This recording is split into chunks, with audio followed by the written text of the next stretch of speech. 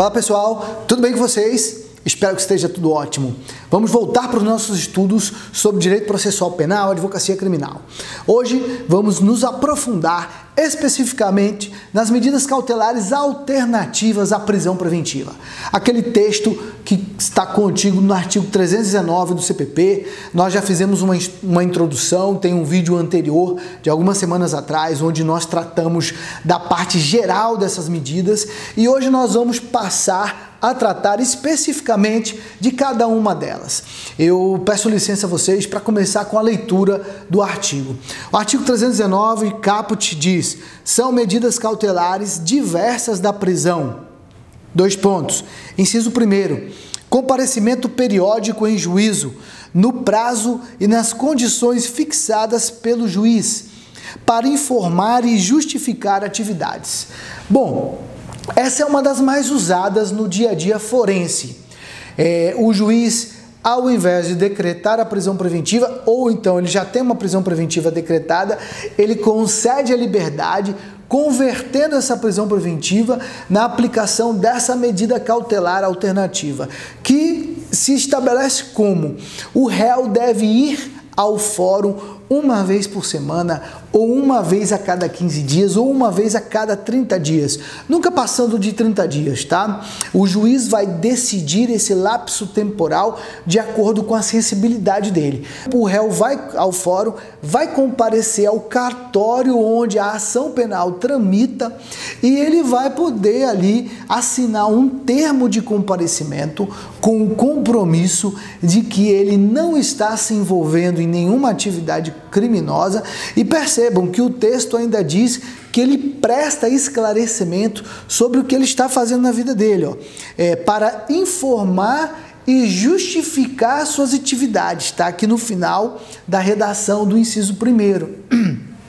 Na prática mesmo, o réu ele acaba não informando se está trabalhando, não está trabalhando, qual o trabalho dele e tal. Ele só comparece, diz que está tudo bem, tal, ele assina um termo de comparecimento que tem uma redação padronizada dentro do judiciário e vai embora, toca a vida dele. Agora, sem sombra de dúvida, é uma forma, é uma medida cautelar que impõe respeito, o cara fica com medo de voltar a cometer algum tipo de delito, tal, e não comparecer. Você tem que ver, às vezes, a situação do réu quando ele não comparece no dia certo. Ele fica apavorado. Já tive dezenas de casos aqui onde o cliente me liga: doutor, não fui no dia tal, estou preocupado, se eu for, vou ser preso lá na hora e tal. Bom, e há até bastante flexibilidade dos funcionários do cartório e dos magistrados em entender que às vezes a pessoa pode ter um problema e tal, e pode acabar não conseguindo comparecer naquele dia corretamente, né? Certinho. Então, essa tem sido uma das medidas cautelares, talvez até por ser cronologicamente a primeira trazida no artigo 319, bastante utilizada, viu, gente? E ela sendo imposta, impõe respeito, o réu fica preocupado e ele tenta cumpri-la da melhor forma possível, porque ele não quer mais voltar para o encarceramento, né? Seguindo em frente, nós temos o inciso 2º. Preste atenção nessa redação, é muito importante. Proibição de acesso ou frequência a determinados lugares, quando por circunstâncias relacionadas ao fato, deva o indiciado ou acusado permanecer distante desses locais para evitar o risco de novas infrações. Interessante, né? O juiz vai proibir o investigado de comparecer a determinados lugares que possam ter correlação com o fato criminoso. Vou dar um exemplo para vocês. O homem se envolve numa briga de rua próximo a um bar ou num bar e acaba atirando numa pessoa. Ele é acusado de uma tentativa de homicídio.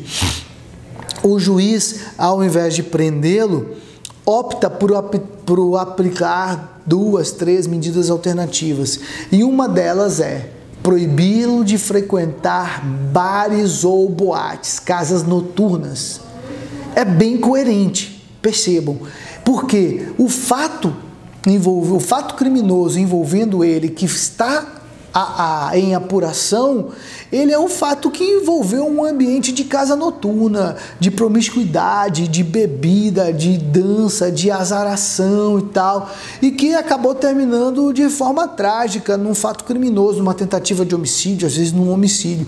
Então, proibir aquela pessoa de que compareça a esse local, com certeza vai impor um respeito, vai garantir que a instrução criminal seja preservada e que aquela pessoa não volte a se misturar, não volte a praticar outro tipo de delito. É muito melhor do que prender preventivamente aquela pessoa, concordam?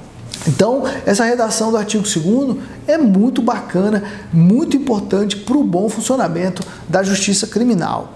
Seguindo em frente, nós temos a redação do inciso 3º, que eu considero excelente também para poder evitar danos à instrução criminal. Agora ela tem um porém.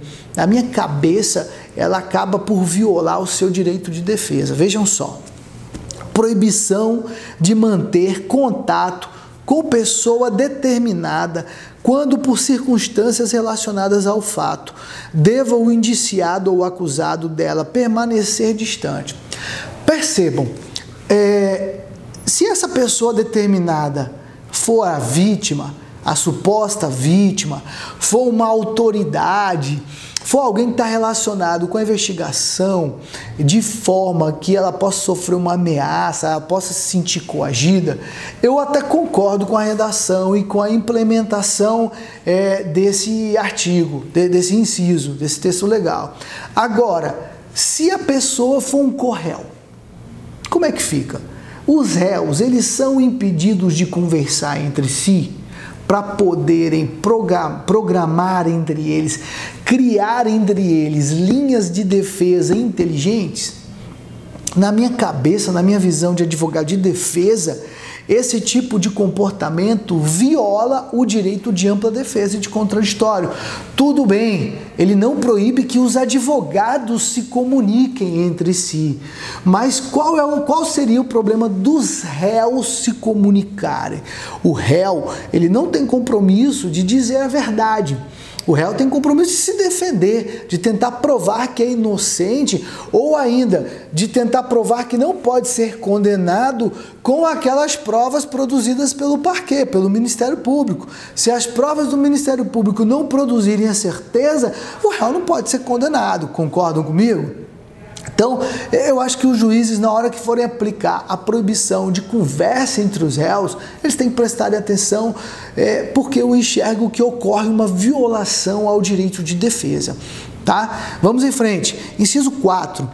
Proibição de ausentar-se da comarca quando a permanência seja conveniente ou necessária para investigação ou instrução. Eu gosto muito também dessa regra. Gosto muito, porque ela também gera respeito, gera medo no cidadão que está sendo processado. Enfrento isso em diversos casos. Vários clientes querem fazer viagens de trabalho, às vezes uma viagem de lazer, e precisam e morrem de medo de fazer essa viagem sem autorização. E nós, claro, primamos pela aplicação da lei penal, fazemos todos os pedidos. Tem juízos que são administrados com mais velocidade, com mais diligência, que já tem até um formulário no cartório. O réu nem precisa do advogado para isso. Ele chega, pede o formulário, escreve a justificação, escreve o local da viagem, mostra as passagens de ida e de volta, o hotel que vai ficar e tal, diz qual é a função da viagem. Vai viajar a trabalho para apresentar um projeto, para atender um cliente, ou vai viajar a lazer com a família. E os juízes de prontamente, com aquela justificativa, às vezes escrita à mão pelo réu, têm atendido. E na prática tem sido bacana, tem garantido a instrução da lei penal de forma tranquila, pacífica, sem atrapalhar a produção das provas, sem precisar de encarcerar as pessoas sem motivo. Sigo para o inciso 5º, prestem atenção. Recolhimento domiciliar no período noturno e nos dias de folga, quando o investigado ou acusado tenha residência e trabalhos fixos. Percebam, o juiz pode determinar que ele, à noite, a partir das 8 horas, a partir das 9 horas, recolha-se na sua residência. Não saia, não fique frequentando bares, restaurantes, festas e tal. E também nos dias de feriado e nos finais de semana. Tem muitos réus que não gostam, dessa medida, porque acaba cerceando bastante, limita bastante a vida deles. Agora, eu digo aos senhores o seguinte: se não for atrapalhar a metodologia de trabalho dele, de sustento, de renda dele, eu digo sempre ao réu: olha, é melhor isso do que você estar completamente encarcerado. E no futuro, você ainda vai poder dispor de uma discussão jurídica, na pior das hipóteses, se você for condenado, para que essas cautelares sirvam como detração penal. Tá? Agora, você também pode questionar. Eu tive um caso interessante onde o meu cliente, ele se estendia no trabalho noturno dentro do escritório dele até 11 horas da noite. Ele precisava trabalhar até 11 horas da noite, era importante para a renda dele. Ele era um médico que trabalhava muito, começava às 9 da manhã e terminava às 11 da noite, atendendo pessoas, muito requisitado na cidade dele. Eu apresentei um pedido ao magistrado de revisão para que ele revisitasse aquela decisão, e o magistrado acolheu. Nós fizemos a prova, de que ele tinha consultas marcadas 10 horas da noite, 10h30 da noite, e o magistrado acolheu aquele pedido, revisitou a decisão e permitiu que o recolhimento noturno acontecesse às 11 horas da noite. Foi muito interessante.